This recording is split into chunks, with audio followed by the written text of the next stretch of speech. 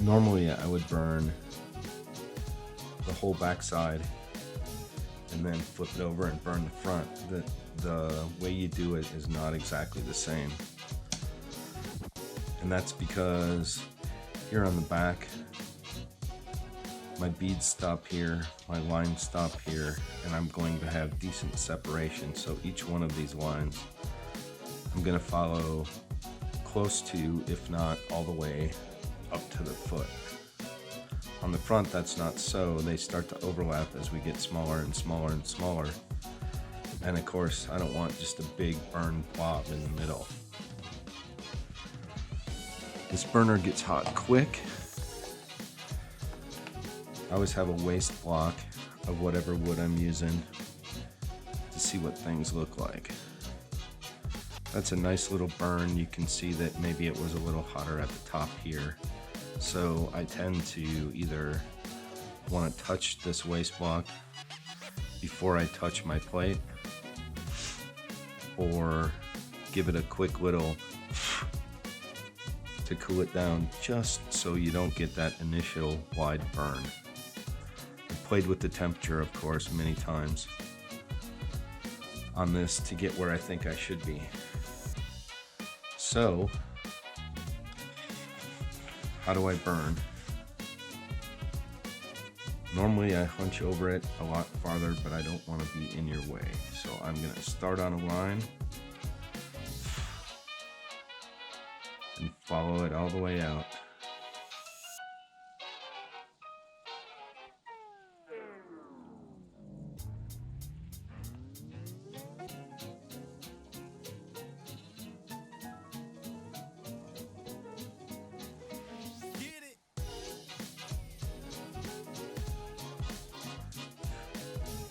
And then another.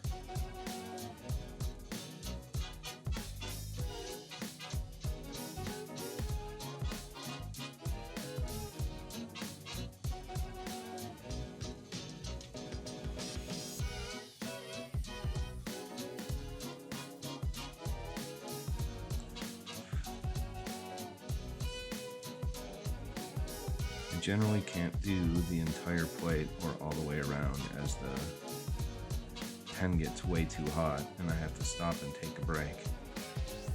But now we're up to 120 lines, and there's no rush here.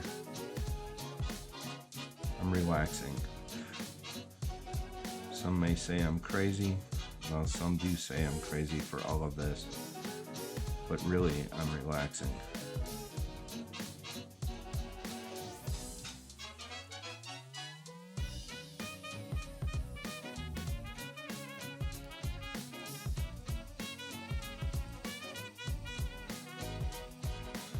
And you get the idea. I'll come back and I'll finish the back of this plate and later on, and I'll show you, but for now I need to swap over and do the front so you have some idea of how that works.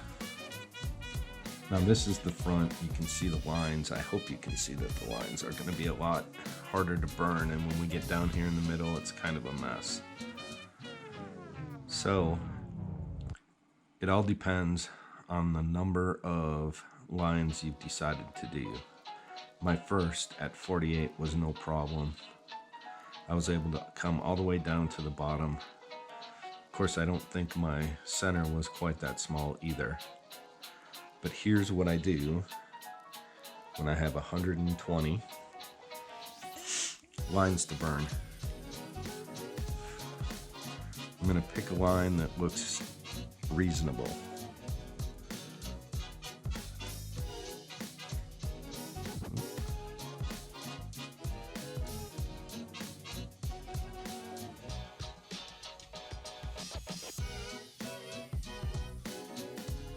And I'm going to take this line, this first line, all the way down to the center. Now, I know these next lines are going to start to overlap, so for 120, what I'm going to do is I'm going to skip, and I'm going to go to the fifth line, and then I'm going to burn that 5th line and bring that one all the way down to the center.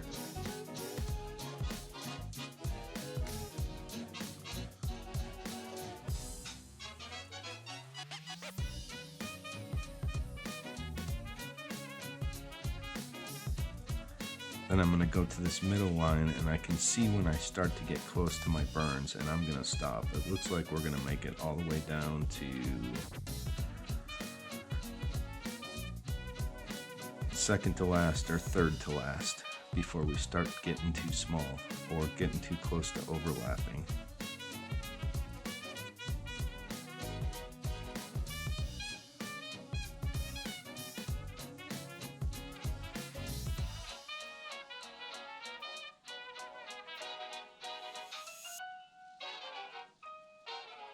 And that's probably good. And I don't know if you can see it or not. I hope you can see it. But I have just a little bit of space there. And I have these two here that I'm not going to burn. I may come back and burn a line on this one later. We'll see how this all looks. Next, I'm going to split those lines again and do the same thing. Bring it on down.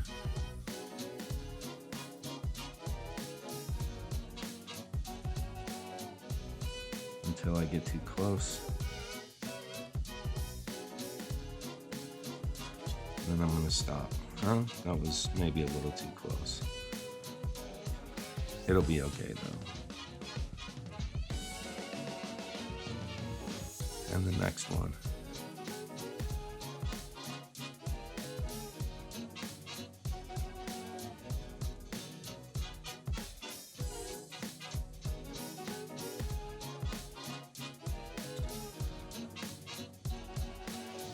And then I'm going to jump to the 5th line over, and this line goes all the way to the bottom. And if you wondered, it's a lot harder to burn when I'm not hunched up as close as I normally am. It's trying to stay out of the camera so that you can see.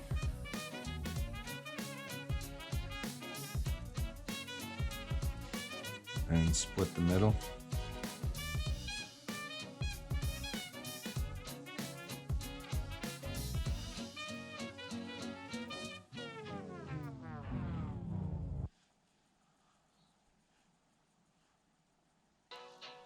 And stop before I get too close.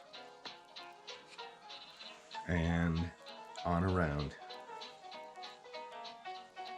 Now I'm going to go finish the back, finish up the front, and then we'll be back. All right, the burning on the back is finished. I've taken it outside and I've wiped it down front and back with acetone. Do that out in the shop, you know, because I don't want these fumes in the house. But what it does is it removes all the stray pencil marks. Somewhere where when I burned my line I didn't stay on, or here on the front where all these pencil lines came together,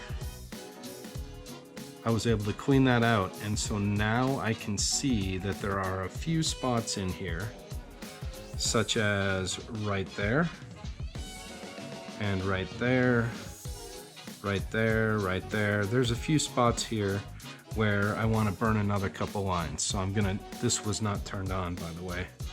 So I'm gonna turn on my burner and I'm gonna go ahead and knock that out and take care of these last few lines. So I need to burn this, clean this up, and then we need to work the rim because that's the other spot that hasn't been done yet.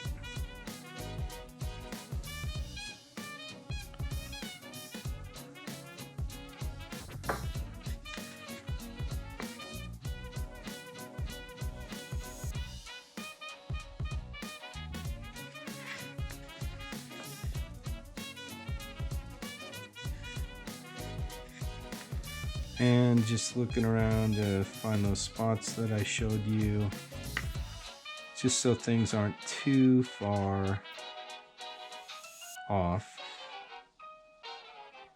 Not too many spots, but a few. It's really hard to tell with all that pencil on there, so that's why I've started doing this. And I think that looks pretty good. So now, what to do with the rim? So the rim is one of those things, and you can do this however you want. A lot of times, I'm going to do something like I did on this one. Maybe you can see the rim there.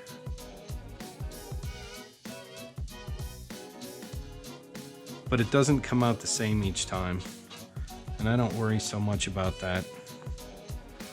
So I'm going to start here on the front, and I'm going to just angle a line off of here and here and here and here and here, and around we'll go. Just on around 120 times. And you get the idea. And off to the back we go.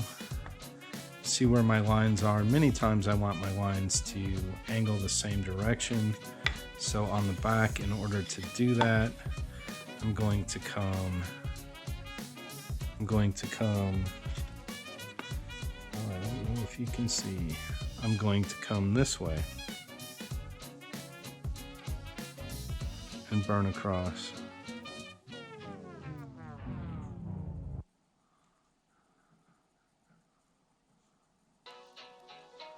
Now this is not going to be all perfect either. And they're not all going to line up. And I'm not too worried about that. But I have a long ways to go to get around this. And I hope you can see how this rim is coming out so far. But I'll get back to you when I'm done.